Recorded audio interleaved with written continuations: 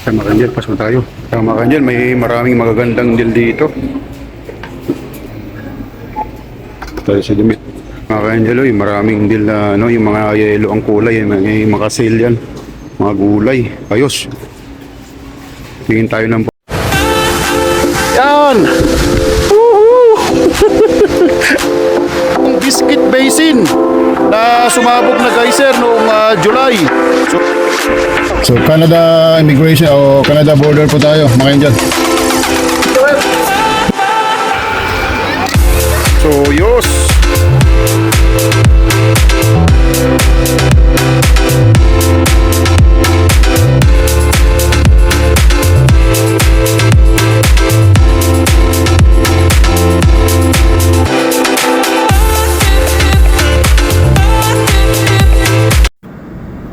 Hola ho mga ka-angel, good morning.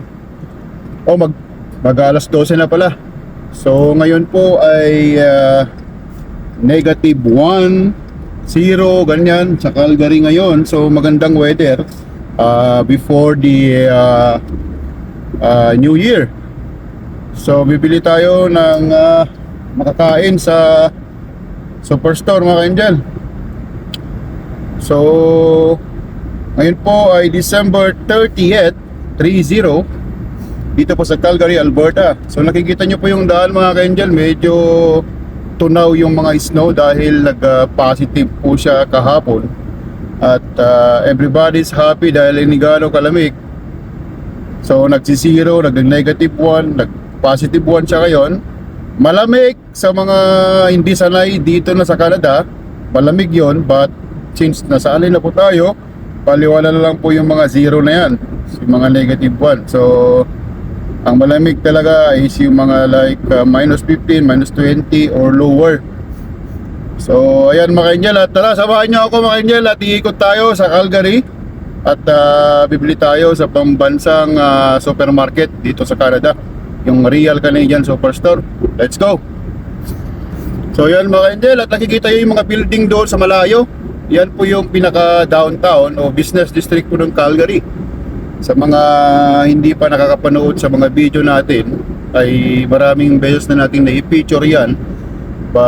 So yun, ulit-ulitin ko para may idea kayo mga ka-angel, yung mga hindi pa nakapunta dito sa Calgary, Alberta. So doon po yung downtown. At from our current location, the distance is approximately around more or less 25 kilometers, 25 to 30 kilometers away sa current location natin mga ka-angel, and it takes around it depends on the traffic, it takes around 20 to 25 minutes from our current location going to downtown. So since we are in the south, so downtown is in the middle of in the city. So going north, it's gonna be going north to the north. So ayan mga ka-angel. So the only problem mga ka-angel, if the temperature is around 0 or positive, ito po yung mangyayari. Medyo parang maputik siya at talsik sa harapan po ng car ninyo.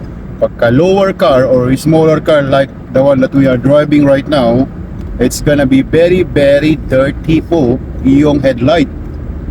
At since mababa pa kayo, matalsikan po yung nasa harapan, tatalsikan niya kayo.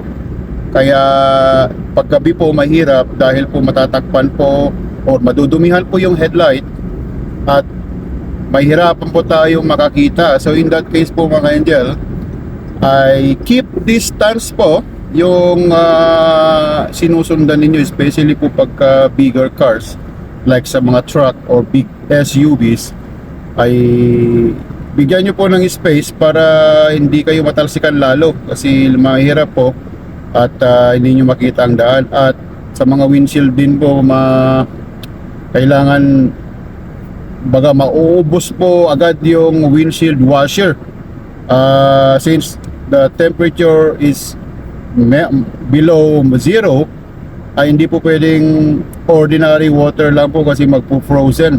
yung magpi-freeze po yung water. In that case po masisira yung mga connections po ng mga sa windshield washer. So kailangan po may pasadya po talagang chemical na binibili na nakapasadya po sa negative po na temperature. Yun po yung nilalagay. In that case, binibili po natin yan. Additional cost. So hanggat maaari, tulad ng sinabi ko, keep distance, no rush.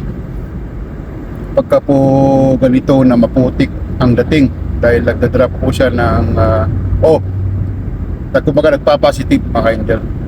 So ayan mga angel, at nasa south area tayo at pumunta tayo ng Superstore once again. Ating ikot ko po kayo. Matagal-tagal na rin po tayo hindi nag-vlog mga ka-angel, since we are so busy from the past months and we don't have time to edit some videos. We have some videos when we went to British Columbia on the summer escapade, and also when we went to US, particularly South Dakota, in Mount Rushmore, the Badlands, and the Custer State Park. Yan po yung the Needles Tunnel. So just wait for those videos, and I'm gonna upload it in the coming days. I'm going to upload first the one when we went to British Columbia, and then after that I'm going to upload the remaining videos, or the videos that we talked when we went to South Dakota. So South Dakota mga angel, it takes around more or less 14 to 15 hours drive from Calgary. Is the second state after the border. So the first state is Montana if you are in the Alberta side. If you are in the Saskatchewan side, it's gonna be the North Dakota first, and then South Dakota. So it's a very nice state. A lot of tourist attractions.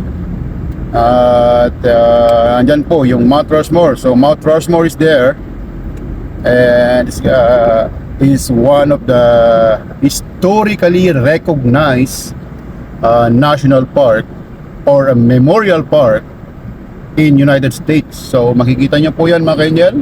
I'm going to upload the night videos and the day videos in that area. And we also discovered different things, like the one in Rapid City, and also the one in forgot the place. There's a Ripley's Believe It or Not pictures in that area that is very close to Mount Rushmore Memorial Park. So it's gonna be very, very fun when we went there. So just wait and watch those videos. Okay mga angel?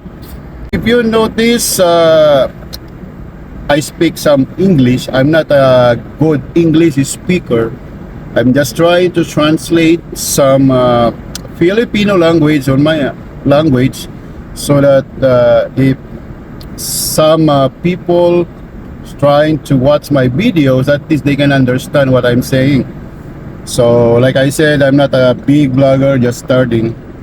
I'm just trying to share what I discover, what we travel from the past months, so that you have an idea when you guys are going to travel in the US or some parts of Canada as well. So like I said, my English is Baroque. We call it Baroque in Filipino. I have some wrong grammars, pardon me about that one, but like I said, I'm just trying to translate it so that you can understand what I'm saying. Okay mga angel, and then let's go to Superstore. Punta tayo sa loob at bili tayo ng mga kain. Let's go. Mga kanjel, pasok tayo. Mga kanjel, may maraming magagandang deal dito. Tayo sa damit. Mga kanjel, maraming deal na yung mga yellow ang kulay, may maka-sale yan. Mga gulay. Ayos. Tingin tayo ng prutas. Oh, strawberry, may deal kaya? Naku, wala yatang deal dito mga kanjel. Tingin tayo ng saging mga kanjel. Ito, murang saging. Doon tayo sa 0.78 per pound lang tayo. Chiquita, makina, hindi po chiquito ha. Avocado, nakasale din. Ito, pwede to. Wala makina, 358. Pa tayo. Ng pang sopas natin. Ito, napaka-cabbage. Tayo ng magandang deal na manok, makina to.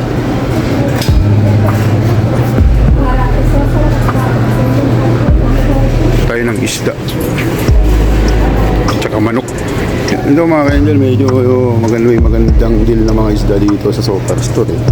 Kaya maganda bumili rin dito. Uy, pwede ito 14 lang mga ka-angel. Ang dami oh, kung paano oh. Wow, ayos maraming piraso mga ka-angel oh. May mga Pilipino na rin sila oh. Hanap tayo ng manok, pakpak. Uy, pagpapaitan mga ka-angel oh. Oh, ito pala yung manok mga ka-angel. So hanapin natin yung pakpak. Oh, medyo pricey yung pakpak nila dito mga ka-angel. Oh, wala tayo sa international food. Tingin tayo po tayong patis. Angel, parang nasimot na ng mga Pilipino yung mga sale dito ah. Mga sardinas mga ka-angel oh. Pa-sale sila, oo. Tosino, masarap yun mga ka-angel oh. Spam na tosino.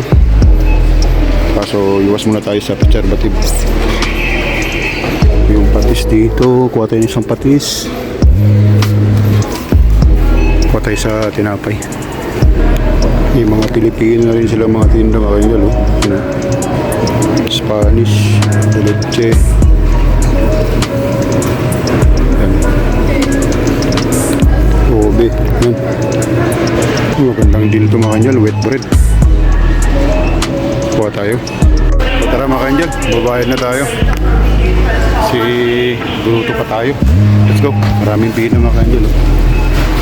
New Year rush.